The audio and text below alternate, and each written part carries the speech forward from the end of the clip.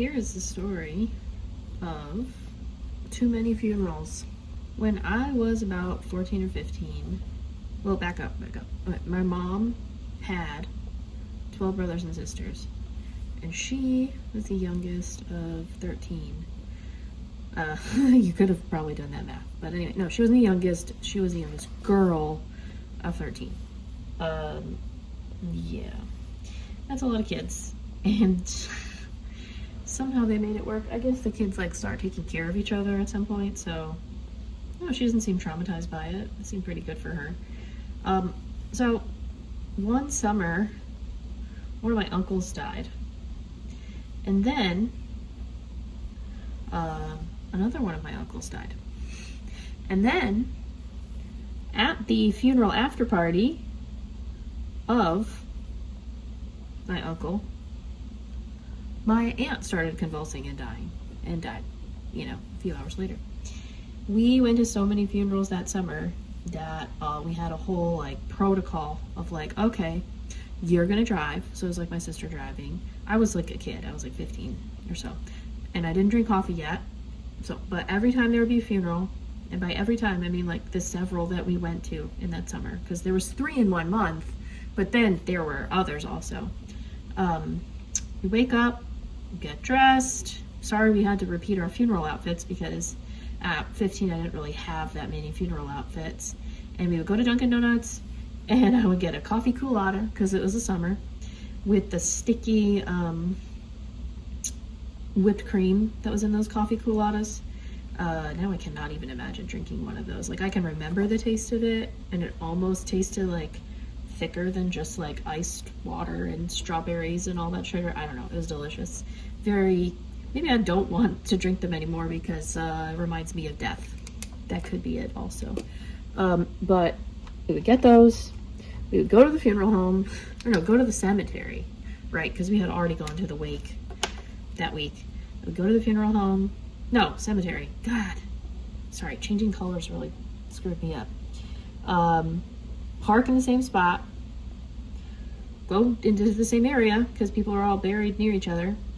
And then go to the funeral after party. And we had so many funeral after parties, like as a large family, that I think that we started to get discounts. So at a certain point, they were always at the same place.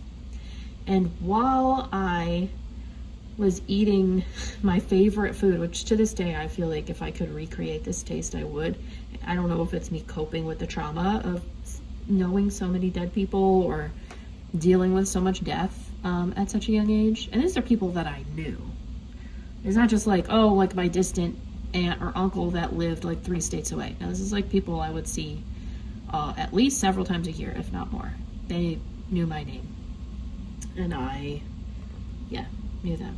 So my favorite part of these funeral after parties was that they had deli platters, but by the time that we got to the funeral after parties where the deli platters and all the other things are, the meat and cheese was kind of like room temperature, and the rolls were a little bit sweaty, and they had those like little bowls of mayo with like the plastic spoons, and something about that room temperature cheese and the room temperature turkey on the like really soft rolls that were like a little bit sweaty, soggy. They weren't soggy, but they had a certain texture with like the room temperature mayo. Man, if I could just see if anybody else where I live now, if that's what they do with their family funerals. Anyway, okay, got distracted by turkey sandwiches, which happens quite often.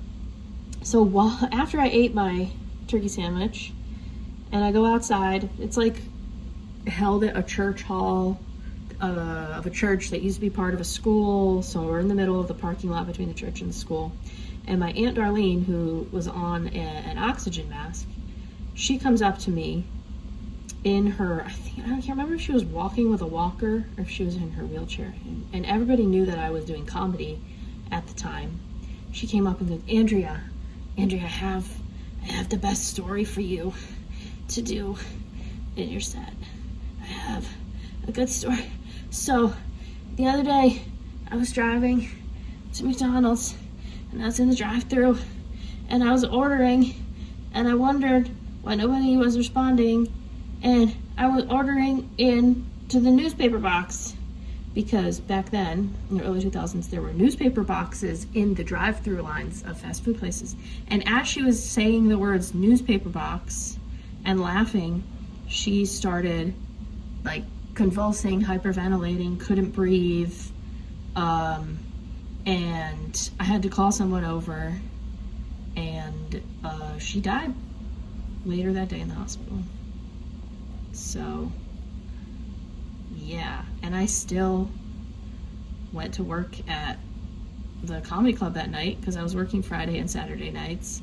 And I remember my boss, who was like the son of the comedy club owner, tried to like put his hand on my shoulder while I was like sitting on like the stoop out front of the comedy club in downtown Albany, and he was trying to make me feel better. And like really what I wanted him to tell me is like, hey, you can go home because, you know, I'm a millennial and we love a canceled plan.